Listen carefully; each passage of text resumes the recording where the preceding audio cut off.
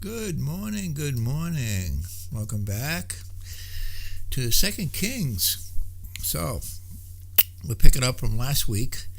We're talking about chapter 5 here, and a man by the name of Naaman.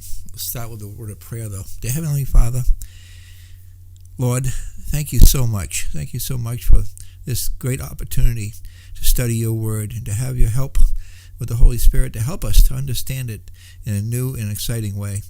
Help me, Lord, to be able to be true to your word, to give it in a way that's always honoring to you. In Jesus' precious name I pray. Amen. So, Gehazi, his sin and punishment is what we're looking at today. So, we left off last week with a man by the name of Naaman needing to get his leprosy cured. And Elijah sent him to take care of that in the Jordan River. Speaking of, let's bring up a map. Oh, that ain't the map. Neat picture, though. I always love that picture. You notice up in that left corner, I believe that's going to be our home during the tribulation. That's what you see next to my head, basically. But right up there in that corner. But anyways, I digress. I'm thinking about those days so much. So let's see. No, not that one.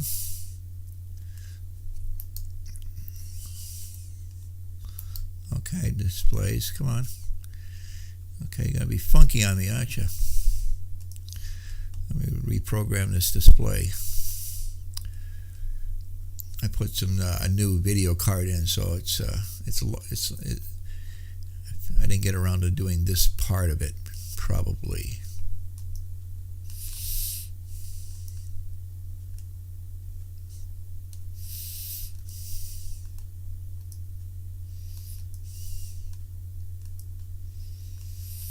Okay, I think we got it.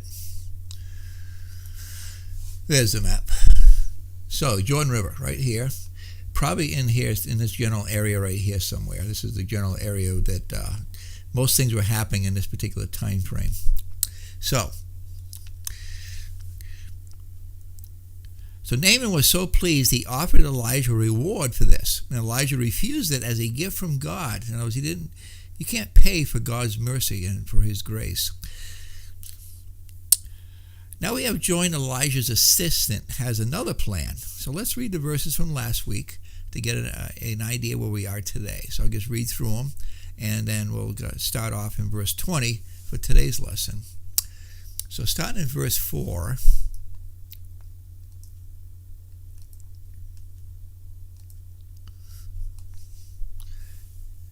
And one went in and told his lord, saying, now the scene here is that up at, where the king is, Naaman was a general, and the king has a young lady that helps him.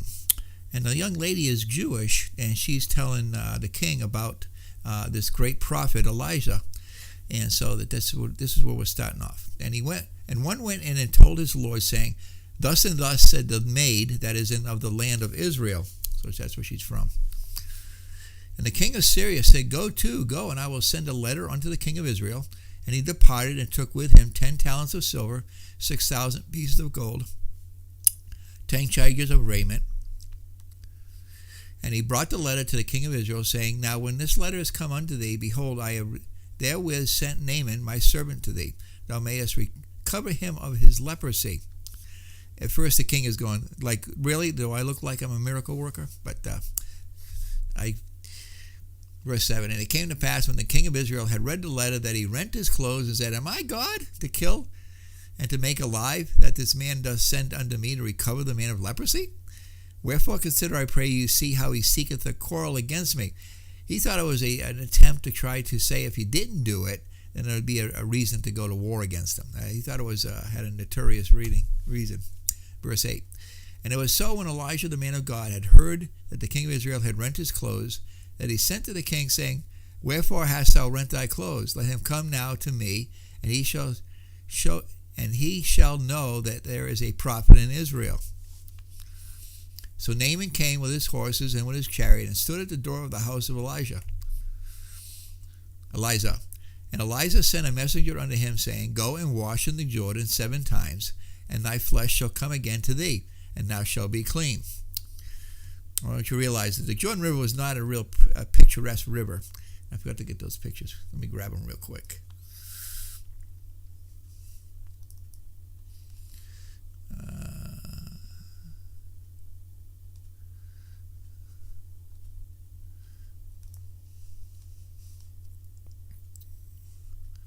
I was in Joshua. I got those pictures. Joshua.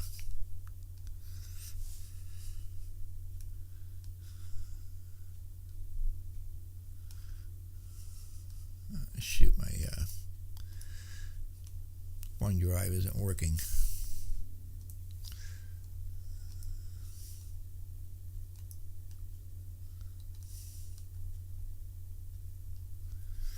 Try this again. Joshua. I ain't got a lot today, so come on, pictures.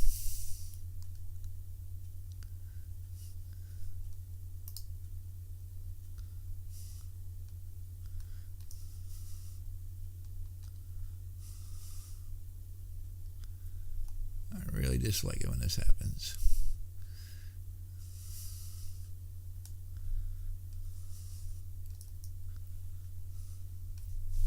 There's the Jordan at what they call flood stage. And this would be the area that we're talking about. This is the Jordan River near Jericho. Probably one of the better pictures, though, is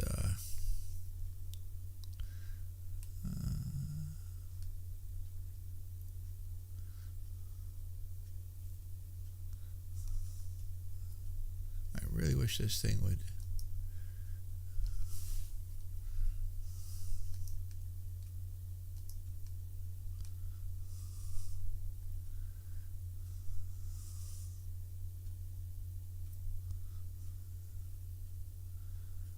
I can't show you the one where the traditional baptism spot that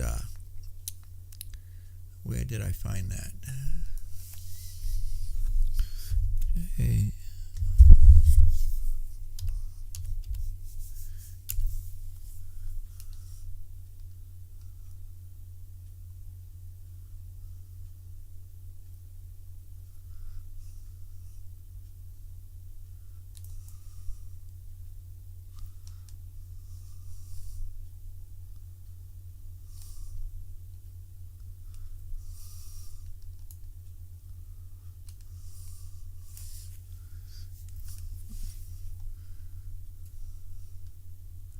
See, Jesus was baptized in Matthew. Maybe it's in Matthew, I saw it. I want to show you how dirty the water was. Here we go, found it. This is what the water looks like. So you can see that it's not the cleanest looking water. It's kind of a brown because of the type of silt that's in there. And so Naaman had a problem with having to go to that river, and he was also kind of proud that he wanted to use one of the rivers up near Damascus, which had some famous rivers. And so, continuing on, verse 11. But Naaman was wroth and went away and said, Behold, I thought he would surely come out to me and stand and call on the name of the Lord his God and strike his hand over the place and recover the leper. He wanted this big show to try to, and God don't need a big show. Elijah just said, just go dip yourself in the river 7 times and you'll be taken care of. So I like how Naaman's servant comes to him now. But he's continuing. These are the 2 rivers, Abania and Pharpar rivers of Damascus, better than all the waters of Israel. May I not wash in them and be clean? So he turned and went away in a rage. And his servants came near and spake unto him and said, My father, if the prophets had bid thee to do some great thing, wouldst thou that not have done it? How much rather then when he saith to thee, wash and be clean? Then went he down and dipped himself 7 times in the Jordan, according to the saying of the man of God, and his flesh came again like unto the flesh of a little child, and was clean. You ever held a newborn baby? The skin is so pure, it's unbelievable. And he returned to the man of God, he and all his company, and came and stood before him and said, Behold, now that there is no God in all the earth but in Israel. Now therefore I pray thee, take a blessing of thy servant. So he wants to pay Elijah for this the miracle that came about. Verse 16. And he said, as the Lord liveth, before whom I stand, I will receive none. And he urged him to take it, but he refused. Verse 17. And Naaman said, Shall there not then, I pray thee, be given to thy servants 2 mules burden of earth, for thy servant with henceforth offer neither burnt offering nor sacrifice unto other gods, but unto the Lord. So he's vowing that he's not going to, because of what God did for him, he's no longer going to worship the gods of his people. He even said that when the king requires him to go with him, he's not going to worship that one. That's what this verse is, 18.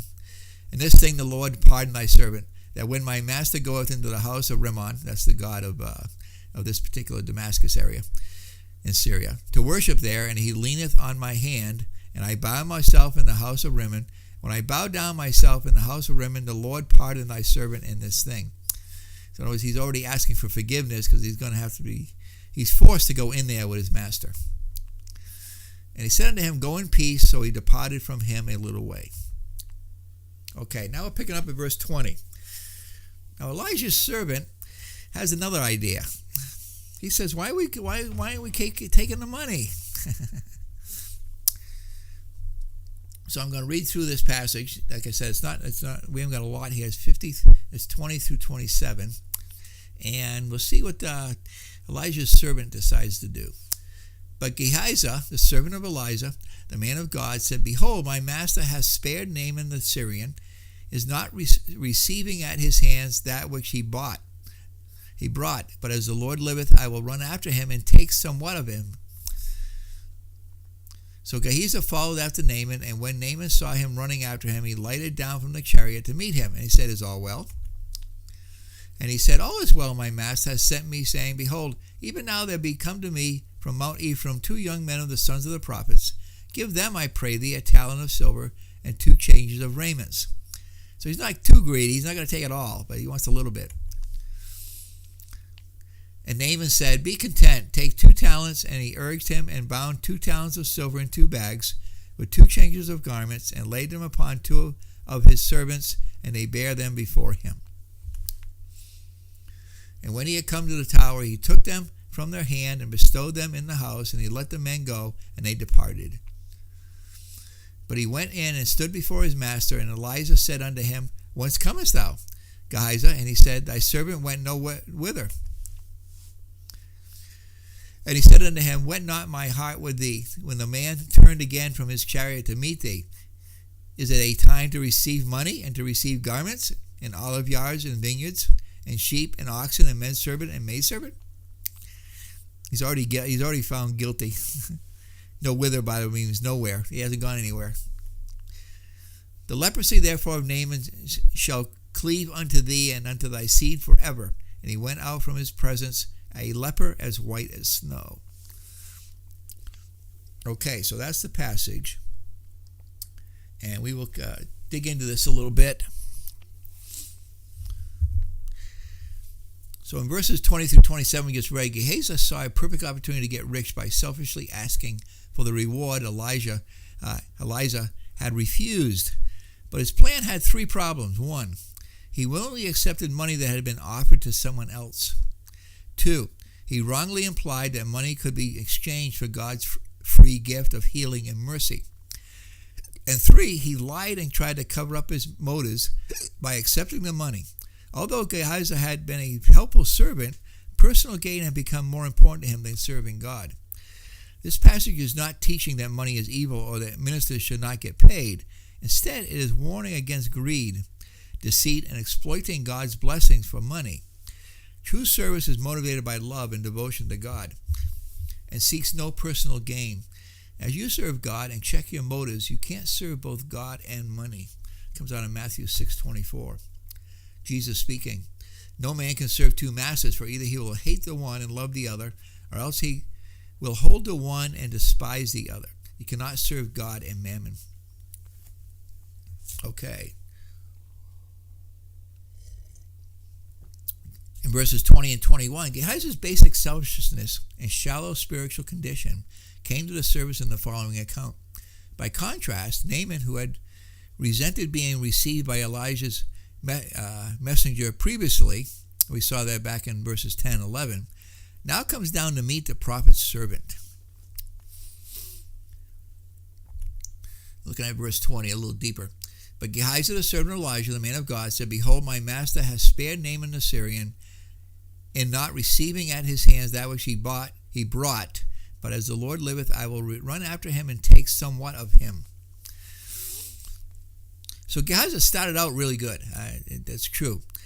We see that back in 2 Kings 4, 11 and 12. So Gehazi followed after Naaman, and when Naaman saw him running after him, he lighted down off from his chariot to meet him, and he said, Is all well? Oh, wrong.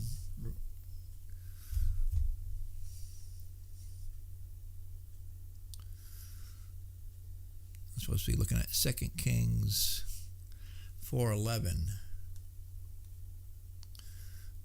Got that a lot of sequence.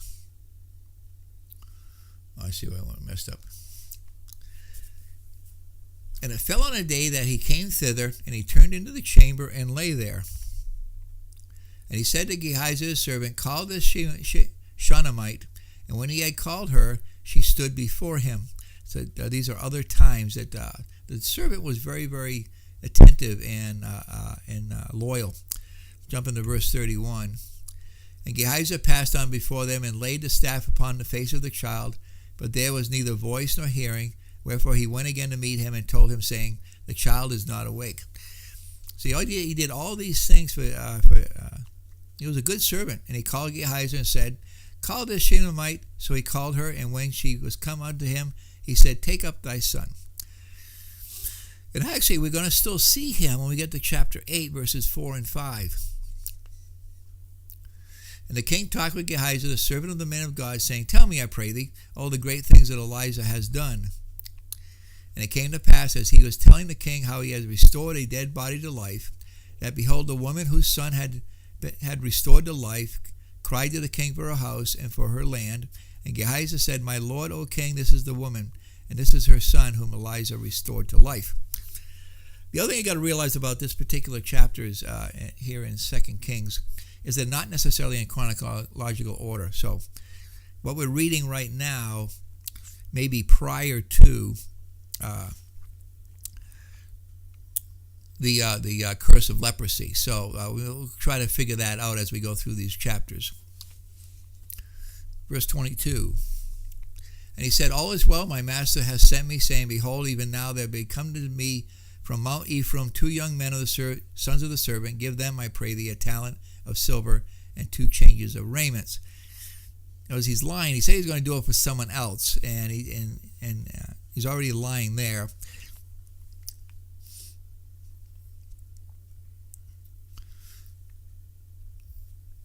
And speaking of looking at 2 Kings 4:26, going back to the last chapter, Run now, I pray thee, to meet her, and say unto her, It is well with thee. That was when Gehazi went back and met the woman that was coming to meet Elijah about her son being dead. And also 5:5. And the king of Syria said, Go, and I will send a letter unto the king of Israel. And he departed and took with him 10 talents of silver. So he did have the money there to give to him, but not knowing that God doesn't require money to give a blessing. You can't pay for that. You can't pay for this. I think it's an important lesson. I'm reminded of the famous joke that somebody arrives in heaven with 2 suitcases. Man, it's always St. Peter for some reason. Is at the gate and it says, What's with the 2 suitcases? And he says, What's my payment to get into heaven? And he opens them up and shows them to Peter. And Peter says, What are we going to do with pavement? Remember, the streets are paved with gold. In other words, you can't pay your way into heaven. There's no way. And that's the idea behind this particular passage. Jump into verse 26 of our text. And he said unto him, Went not my heart with thee? And when the man turned again from his chariot to meet thee, is it time to receive money and to receive garments and olive yards and vineyards and sheep and oxen and menservant and maidservant? In other words, you're disobeying God by requiring money for these blessings. Looking also at 2 Kings 5:16, which we read earlier. But he said, as the Lord liveth, before whom I stand, I will receive none. And he urged him to take it, but he refused. So he already refused the money. So it must have been a little confusing for Naaman too. But he probably felt good about it because he felt like he wanted to give him something. This example comes out of Ecclesiastes 3:1-6. To everything there is a season, a time to every purpose under heaven. A time to be born and a time to die. A time to plant and a time to pluck up that which is planted. A time to kill and a time to heal and a time to break down and a time to build up. A time to weep and a time to laugh, a time to mourn and a time to dance. A time to cast away stones and a time to gather stones together. A time to embrace and a time to refrain from embracing. A time to get and a time to take, a time to lose. A time to keep and a time to cast it away. That's the important verse there on this particular subject.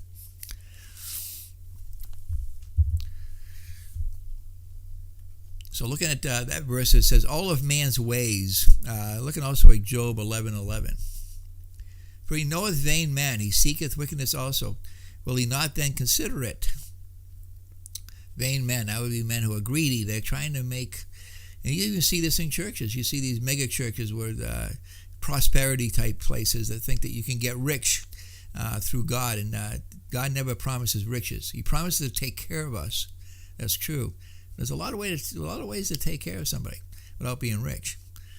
And it's not money that's the problem. There are wealthy people that are very good Christians that serve the Lord, not their own pocketbooks. So it's the love of money that's the root of all evil. And looking also at Psalms 139, 1-4. The Psalm of David, O Lord, thou hast searched me and know me. Thou knowest my downsitting and my uprising. Thou understandest my thought afar off. Thou compassest my path and my lying down and art acquainted with all my ways. For there is not a word in my tongue, but lo, O Lord, thou knowest it altogether. So we got it. It's important to realize that God sees and knows all. He sees the future from the past. He knows when we're going to make a mistake before we even have thought about it. Verse 27. And the leprosy therefore of Naaman shall cleave unto thee and unto thy seed forever. And he went out from his presence a leper as white as snow. Now this particular portion of the chapter may be after the next 4 or 5 chapters. Because we don't know why it seems like the leprosy disappears from this servant when we get into chapter 8. But let's keep that in the back of our minds as we study this. There's a few verses on being a leper. Shall cleave, or looking at 1 Timothy 6:10. But the love of money is the root of all evil, like I mentioned. But it says love of money. It's not money itself, which while some coveted it after, they have erred from the faith and pierced themselves through with many sorrows. I've heard it said that tithing is actually a cure for the love of money. If you're willing to give to those in need and to ministries and things of that nature, that's a good example of how to use, if you are blessed with money, how to use it for the Lord's work and not necessarily for your own pleasure. A few other verses, Exodus 4:6. Speaking of lepers, and the Lord said furthermore unto him, put now thy hand in thy bosom. This is Moses. He was going to use it as a show of the power that God had given him. And he put his hand to his bosom, and when he took it out, behold, his hand was leprous as snow. And he went to putting it back in there and taking it out, and it went away again. So at this particular very noticeable disease, it's known as Hansen's disease now. It still exists. Now it's easily cured with antibiotics and things of that nature. But it is deadly. It can be deadly. It was back then. And also Numbers 12:10. And the cloud departed from off the tabernacle, and behold, Miriam became leprous. That was when Miriam and was Moses' sister and brother Aaron had complained about the woman that Moses had married. Some people even believe that the woman might have been a African-American woman, very dark-complected, and was not Jewish. That was the biggest thing, that Moses married somebody outside the faith. but that God came down and actually said, no, do not do that to my servant. And Miriam actually got given the same punishment for questioning Moses' behavior when it came to his wife. And 2 Kings 15:5. And the Lord smote the king so that he was a leper until the day of his death, and dwelt in the several houses, and Jonathan, the king's son, was over the house, judging the people of the land. This is just indicating that leprosy was one of those diseases that was not curable. You usually did not get over it, and so without God actually bringing it to an end. So the odds are that, like I said, this chapter here in 5 is probably later after the next few chapters, and because we're going to see Elijah's servant again. So tomorrow we'll continue with Elijah's miracles. Just as a review here, Gilgal, Elijah cared for the young prophet in Gilgal. He removed poison from the stew. This is some of the things we've seen. Made a small amount of food feed everyone. A kind of a pattern of what Jesus did also. Even caused an axe head to float. We're going to see that tomorrow when we get into chapter 6. And it was to Elijah that Naaman, the commander in the Syrian army, came to be healed of leprosy. So that's all I have for today. A little bit shorter lesson today. And we'll look to tomorrow when we get into chapter 6.